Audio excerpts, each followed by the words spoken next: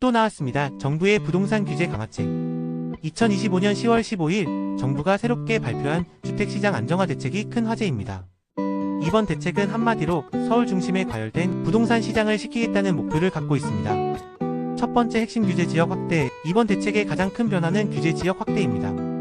서울 전역은 물론이고 경기 지역 중에서도 12곳이 조정 대상 지역, 투기가열지구, 토지거래허가구역으로 동시에 지정됐습니다.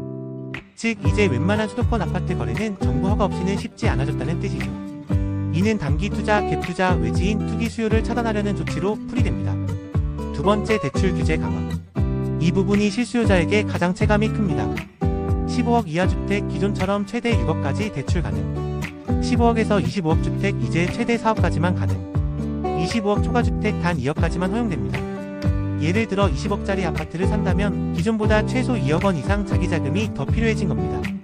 결국 고가 아파트에 대한 진입 장벽이 높아졌습니다. 세 번째 전세대출 DSR 반영. 이번 대책에서 또 하나 주목할 점은 전세대출 규제 강화입니다.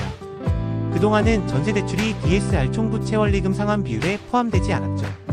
하지만 이제는 수도권 규제 지역에서 전세대출을 받으면 그 이자 상환액이 DSR 계산에 포함됩니다. 즉 기존보다 대출 한도가 줄어들고 전세금 마련이 더 어려워질 수 있습니다. 네 번째 다주택자 세제 강화. 다주택자에 대한 취득세 양도세 중과세는 그대로 유지되고 일부는 더 강화될 예정입니다. 장기 보유 특별공제 요건도 더 까다로워지고 분양권 전매나 조합원 측의 양도도 더 엄격히 제한됩니다. 결국 정부는 집으로 돈 버는 구조를 완전히 끊겠다는 강력한 신호를 준 셈입니다.